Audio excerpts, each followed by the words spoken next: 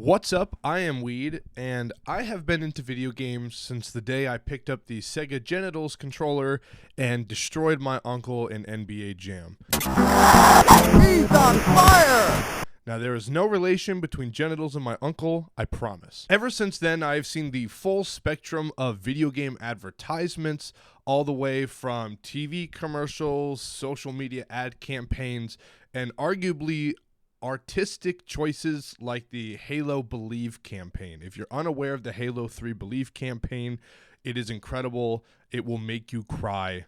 It is so sad. And of course, there's the cringe-worthy E3 announcements that just give everyone kind of a bitter taste in their mouth about whatever it is that's being announced. I got my boy Marcus, executive producer here. He is the producer on the game. Thank you, Nick, for having me. Hey man, thanks Jesse. But there is nothing more important than a video game's ad campaign than the gameplay itself. It's a video game. The most important part of the video game is the video game. So clearly, at some point, you need to be able to advertise the actual gameplay. So once you finally see a game in action, that usually gives you a really good idea on whether or not you're interested in getting the game. I can't tell you how many times I've been interested in a really cool game or game concept, and then once I finally saw the gameplay, I was sorely disappointed. A great example is recently, my buddy Gripped with Fear and I have been excited for that Biomutant game that came out last year. It was announced in 2017. It was kind of just on hold until 2021. It finally came out, and we were just disappointed with the end result. So gameplay is very integral to video game advertisements. So just hear me out for a moment. You're a video game news company, and Bethesda comes with you with the brand new Elder Scrolls game coming out and says, hey, we're going to give you this free copy before launch, but you need to make a review on it. Kind of a no-brainer, right? Why wouldn't you do that? Well, there's a couple things that you do need to think about. One, let's say you really like Bethesda and you've been hyped up for the new Skyrim 2 game. Of course, you're going to want to take that game in. You're already excited for it. Not only are you getting the game early, but now you're also going to make a public review about it on whatever platform it is you do. How are you supposed to make a non-biased review on that game? Especially if you've already, let's say, had good relations with Bethesda beforehand. They just now gave you a game before launch and they ask you to make a review on it. It's kind of hard to make a non-biased review because even if you don't like the game, you might still give it a more favorable review than you normally would. Or if you really like the game, you might suckle its grundle even harder and say it's even better than it actually is just because you've had this great relation with Bethesda. They give you the game for free. Maybe they give you one of those cool care packages before the game comes out. So it's really hard to tell if you're going to make an unbiased review because you have a lot of incentive to make a more than favorable review, even if the game isn't so great. And then let's say the game isn't great and you decide to shit all over it as the game might deserve. Then maybe Bethesda, when they make Skyrim 3 or Fallout, whatever the fuck the next one will be, maybe they decide they don't want to give you a review copy because they're scared you're going to give them a bad review. And then you won't get any more review copies from Bethesda. So that means you are more likely to give them a better review to keep that relation. Or let's say you shit all over Skyrim 2 and then EA sees that you made a less than favorable review. Well, then they're going to be less likely to give you a review copy in fear that you're going to talk badly about it before the game actually comes out. So whenever a video game news outlet, individual, entity is given a review copy, it will always be biased in nature. So when video game reviews come out the day of or shortly before a video game comes out, I'm always very skeptical at that review simply because I know that they have been given that review copy by the publisher or by the developer. And when you're given that review copy, guess where the cost of that review copy goes? It goes under marketing and advertising because they're considering you an advertisement. So that brings us to the name of this video, and what I want to talk about is that review copies are ads. You don't have to be paid by a company to advertise for them. You don't have to be paid, let's say in the example that everyone knows on YouTube, Raycon, Raid Shadow Legends. Those people on YouTube are being paid to advertise that. And they clearly state today's sponsor, today's ad, whatever they say, they have to clearly state that it is a sponsorship. They are being paid or given some sort of service in order to advertise on whatever that is. Or think about musical artists. If they get an endorsement through some sort of instrument company or music production label, they might not get paid directly, but they might get paid in the form of product. They might get cymbals if they're a drummer. They might get strings if they're a guitarist. They might get an actual guitar if they're a bassist. So in that case, that's still kind of an ad. It's still a sponsorship. They have endorsements. They're not being paid money directly, but they're being paid in goods. And there's an agreement between them two that yes, that is a form of sponsorship and advertisement. They are being sponsored by that group. So being handed a free video game by a developer or a publisher is no different. You are saying, hey, I will accept this video game in behalf of talking about it in public. And then another extension of this, sometimes really big games come out, they might fly journalists over to their development house and give them a tour of the whole studio, show them what they do, how things go on, how the game is coming along. And especially before COVID, sometimes they would bring them in and, set them up with these giant souped PCs that can play even the most broken video game and say, hey, you have unrestricted access to this game. Have fun and play it. That way, when you go to talk about it in your review, you can be like, hey, I went to this development house and they showed me this, that, and the other thing. And it was so much fun and I really enjoyed my time and they're super cool. Just kind of lubing them up and lubing up the game coming out to give you a more favorable review. Or if you follow any of the game journalists, you might notice that in the middle of them playing their review copy, they might get a really cool care package. So they might get something like, I know when Fallout was coming out, people were getting like these cool Fallout care packages, or when 2077 came out, people with review copies were getting these cool little bundles or whatever it was. And the chances are that they get the review copy, and then in the middle of playing the game, they get this really cool care package being like, hey, there's all this cool stuff. Thank you for taking the review copy, blah, blah, blah, whatever it is. Basically, it's just more exposure. But the chances are when someone is playing a game and they have more of an experience with that game, like let's say they're being surrounded by really cool products, whether they go to a dev house or they get a really cool care package that comes with a bunch of goodies, because they're being surrounded by it, it's more of an experience. Therefore, you're more likely to say that you like something, even if you don't, because you're now being surrounded by that experience. And I will say, if a company sends you a care package and you post online, hey, they gave me this cool care package, I don't think that is technically an advertisement. You could argue it either way. I haven't really thought about that one in particular, but if you relate it to things like, let's say, makeup entities, individuals that do makeup and fashion and stuff like that, if they're given a makeup product to try out, especially on something like Instagram or TikTok, they have to indicate that it's an advertisement, that, hey, I got this for free and I'm talking about it because I didn't buy it, because they gave it to me for free to talk with you about it. Now, sometimes there are also people that will receive things for free and they'll go, hey, I got this product or I got this game. They didn't ask me to talk about it, but I'm going to talk about it anyway.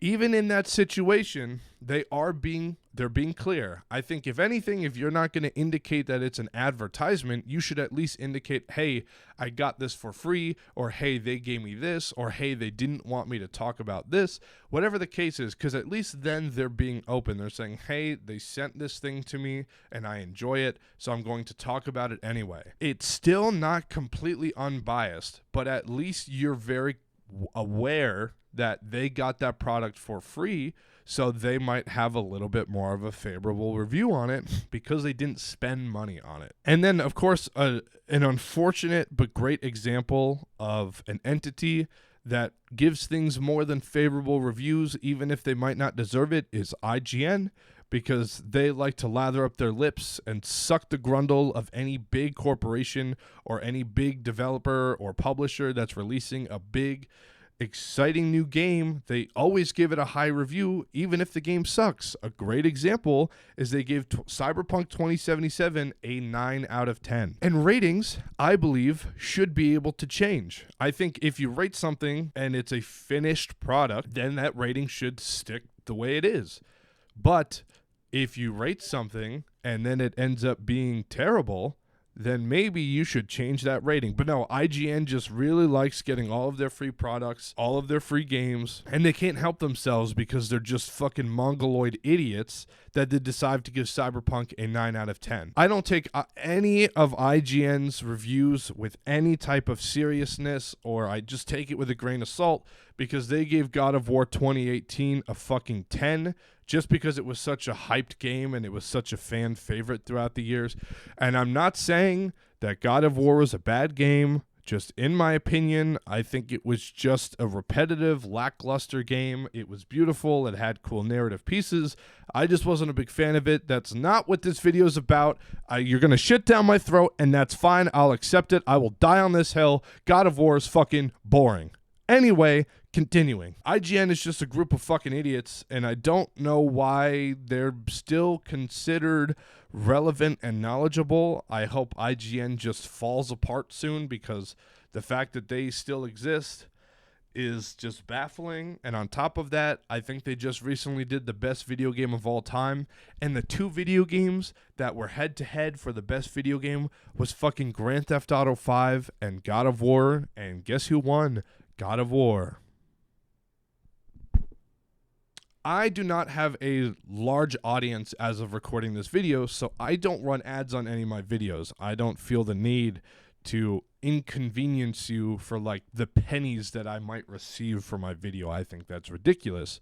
If there are any ads on my videos up until the point where I will announce, hey, I'm putting ads on my videos now, it's probably because the music or the clips or the movies or whatever it is I'm talking about got a copyright strike, and they put ads in place of their product or video or whatever being used on my channel. So until I either announce it or indicate that I'm putting ads on there, if there are ads on the video, it's not my doing. And if I ever do get sponsorships in the future, however they might be, one, I will not accept sponsorships unless I wholeheartedly like their products, or I've tried it out, or I've used it for a while. Basically, I'm not just going to shell shit out simply to make a buck, because I don't care to do that. I am so annoyed that YouTubers are just, and I don't blame them. I by no means blame them by using like Raid Shadow Legends or Raycons or whatever they do in order to make a buck. That is just the grind. Sometimes you just got to make money if you're doing this full time. I by no means want to disrespect them for doing that. That is just the way of the grind. That's just the hustle. There are many YouTubers that I really enjoy that use these sponsorships, and I don't judge them at all for it, because they're just trying to make their buck. They got families too. They got lives. They got to make money.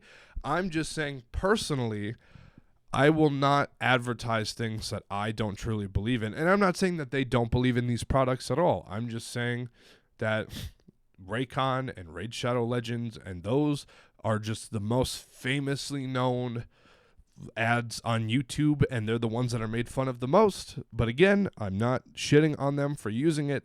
I'm just saying that I will not advertise anything that I don't personally believe in. And all I'm saying is, if I ever get a sponsorship, I will state my relationship with the sponsorship, my relationship with the product, or whatever the case is, and I will try to be as transparent as possible, because I hate that things like TV shows and movies can basically just flesh out advertisements throughout its film, and it doesn't even have to claim that they're ads. Now, I'm not going to mention who, but there is a pretty popular video game journalist out there that I did call out a few years ago on this exact topic. They posted something that was very clearly hey, I got this game early and I will be live streaming it. Come and watch me live stream this game.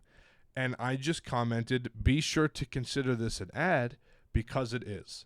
I immediately got a comment back saying that is in no way true. So they blocked me and then unblocked me, basically so that my comments would no longer show up in their Instagram post, which is where this all happened.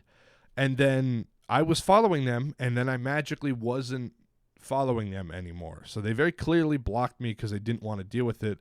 So when I called them out again for it, they sent me a DM through Instagram, basically saying, hey, I don't understand, I didn't block you.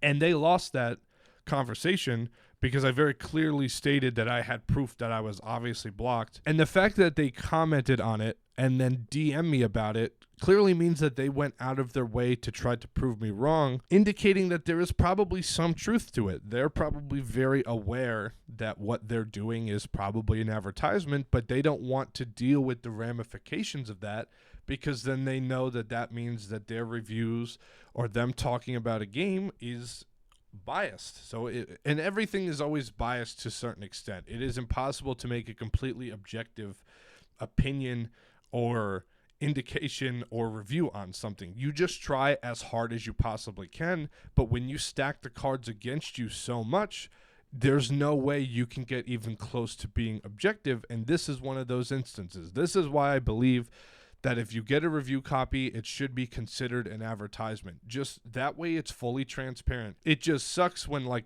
on the day that a game comes out, when a lot of people will make the decision on whether or not they want to go out and buy it, if they haven't already pre-ordered or decided to buy it anyway, they're going to watch a lot of those reviews or read a lot of those reviews or listen to a lot of those reviews of people who got the game early. So they are going to be a little biased. So they might buy the game and then become very disappointed when it's not exactly what the person may have described it as. And then, of course, that brings in the whole situation of open games not being returnable unless you buy them from an online store, and then even all the online stores don't necessarily have return policies.